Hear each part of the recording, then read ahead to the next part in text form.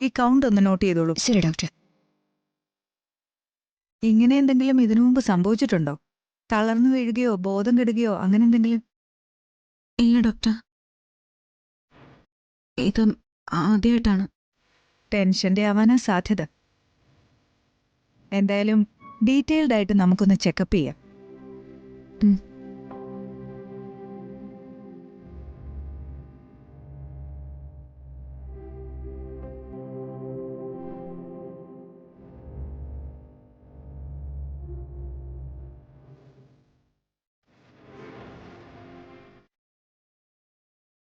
ഇത് പുറത്തുനിന്ന് വാങ്ങിക്കണേ. ശരി ഡോക്ടർ.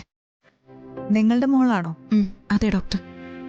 മനസ്സിലൊരു ടെൻഷൻ തട്ടിയാ തളർന്നു വീഴുന്നവരാ പല പെൺകുട്ടികളും. അത്തരം സിറ്റുവേഷൻസ് ഒഴിവാക്കുക എന്നുള്ളതാണ് ഒന്നാമത്തെ കാര്യം. ഡോക്ടർ, പരമാവധി അവൾക്ക് ടെൻഷൻ കൊടുക്കാതിരിക്കാൻ ഞങ്ങൾ പരിശ്രമിക്കാറുണ്ട്. പക്ഷെ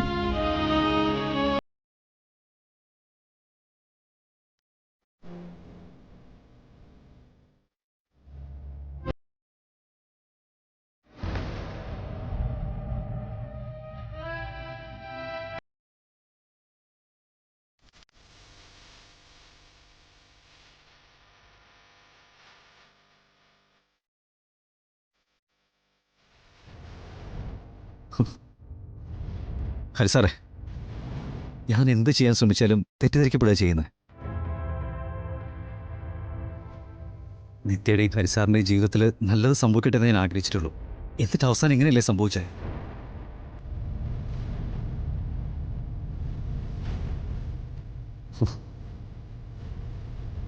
ഞാനാണ് എല്ലാത്തിനും കാരണം. ഒരിക്കൽ പോലും ഞാൻ അയാൾക്ക് സ്വസ്ഥത കൊടുത്തിട്ടില്ല. ഞാനന്ന് ചത്താ മതിയായിരുന്നില്ല സാറേ.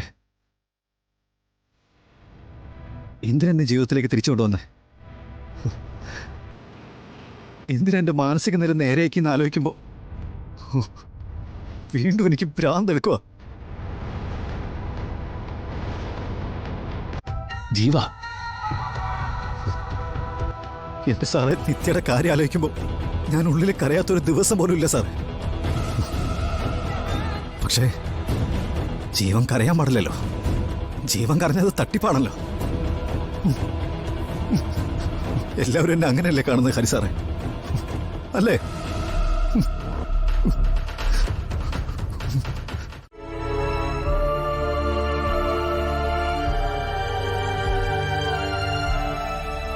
ഞാൻ കുറച്ചു കഴിഞ്ഞ് വന്ന് നോക്കിക്കൊള്ളാം. ശരി ഡോക്ടർ. ബ്ലഡ് റിസൾട്ട് കിട്ടിയിട്ട് എൻ്റെ അടുത്തേക്ക് കൊണ്ടോ. ശരി മാഡം, കുറെ നേരമായിട്ട് ഒരേ നിൽപ്പ് നിൽക്കുകയല്ലേ? ടോയ്ലറ്റിലൊക്കെ പോണെങ്കിൽ പോയിട്ട് വരാം കേട്ടോ.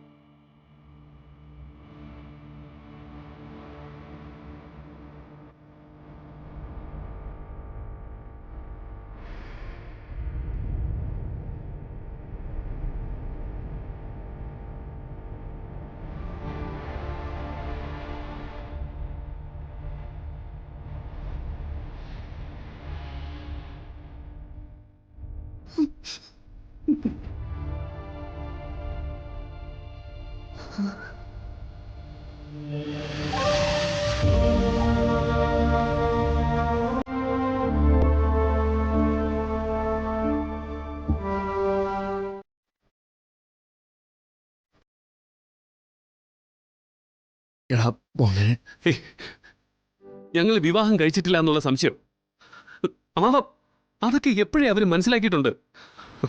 രണ്ടുപേരെ നമുക്ക് നന്നായിട്ട് അറിയാവുന്നുള്ളല്ലേ. പിന്നെ അറിയുന്നതൊന്നും അവർ മുഖത്ത് കാണിക്കില്ല. അതാ അവരുടെ മിടുക്ക്. ആ മിടുക്കിന് മുമ്പിൽ നമ്മൾ തോക്കാൻ നിൽക്കണോ? എടാ, അതെ, മറ്റെന്തൊക്കെ മറന്നാലും ഒരെടാ, നീ സുജാതയ്ക്ക് കൊടുത്തൊരു വാക്കുണ്ട് ഇല്ലേ? ആ പാവനിത്യക്ക് ഒന്നും വരുത്താതെ കാത്തോളാന്ന്. വേണ്ടേടാ, വേണ്ട, നീ അതും മറക്കരുത് മോനെ. ഇങ്ങനൊരു അവസരത്തില്ലേ നമ്മൾ ഒന്നും നോക്കാതെ പോകുക എന്ന് പറഞ്ഞാൽ അത് സുജാതയെ ചതിക്കുന്ന പോലെ തന്നെയാ. എടാ, സുജാതയും നിന്റെ അമ്മ തന്നെയല്ലേ മോനെ? ഏ?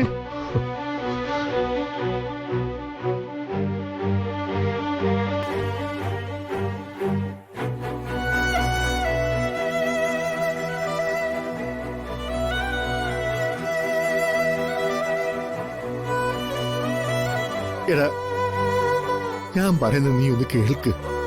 നീ നീ നീ മുറി ചെന്ന് നിത്യയുടെ അടുത്തൊന്ന് ഇരിക്കേ. എടാ എടാ, നീ അങ്ങനെ ഇരിക്കേ ആഗ്രഹമില്ലെന്നൊന്നും എന്നോട് പറഞ്ഞളയല്ലേ. എടാ മക്കളെ, എടാ, നീ കള്ളം പറഞ്ഞാലേ എനിക്കത് പെട്ടെന്ന് മനസ്സിലാവും, ഇല്ലേ? ഏ? നീ വേദനിക്കാതിരിക്കാനാ ഞാൻ ഈ പറയുന്നേ. എന്നെ പൊന്നുപോലെ, നീ നീ അവളെ മാത്രമല്ലേ സ്നേഹിച്ചിട്ടുള്ളൂ, ഇല്ലേ? നിന്റെ സ്നേഹിക്കുന്ന പെണ്ണിനെ കാവലിരിക്കുന്നത് നിന്റെ അവകാശമാ. നീ ഒന്ന് ചെല്ലു മോനെ.